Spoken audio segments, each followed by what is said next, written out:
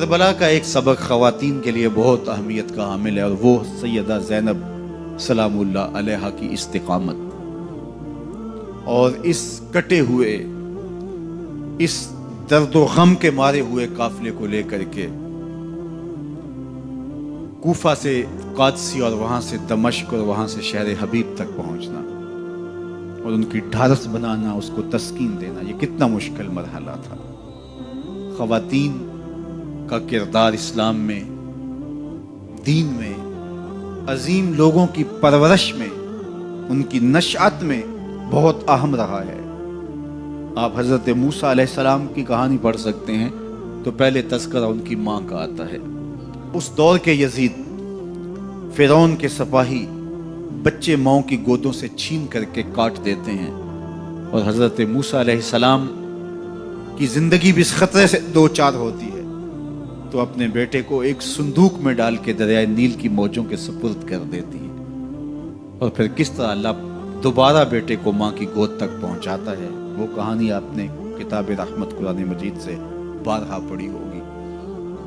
حضرت ہاجرہ سلام اللہ علیہا بھی ایک خاتون ہیں جس نے اپنے بیٹے کی، اپنے شوہر کی عدم موجودگی کے اندر ایسی تربیت کی کہ زمانہ آج بھی شش کر رہا ہے کہ باپ کہہ رہا ہے بیٹا میں تجھے ذبح کرنا چاہ رہا ہوں، تو بیٹا کہتا ہے ابا ذبح کیا، جو کرنا ہے کیجیے۔ اقبال کہتا ہے یہ فیضان نظر تھا یا کہ مکتب کی کرامت تھی، سکھائے کس نے اسماعیل کو آداب فرزندی۔ وہ ماں تھی جس نے بتایا باپ کیا ہوتا ہے۔ تو جب مائیں بیٹوں کو آداب فرزندی سکھاتے ہیں تو بیٹے شاہکار زمانے کا بنتے ہیں۔ تو یہ ماں تھی جس کا کردار سیدہ ہاجرہ سلام اللہ علیہا۔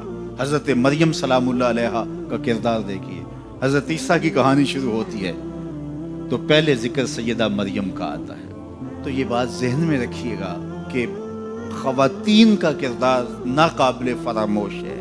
جو بھی کارہائے نمایاں سر انجام پائے ہیں اور تحریکوں کی نہضت اور ناشت ہوئی ہے، اس کے پیچھے جو ہے وہ کسی خاتون کی محنتوں اور اس کی کد و کاوش اور اس کی جانسوزیوں اور جگر کاویوں کا سلسلہ ضرور موجود ہے۔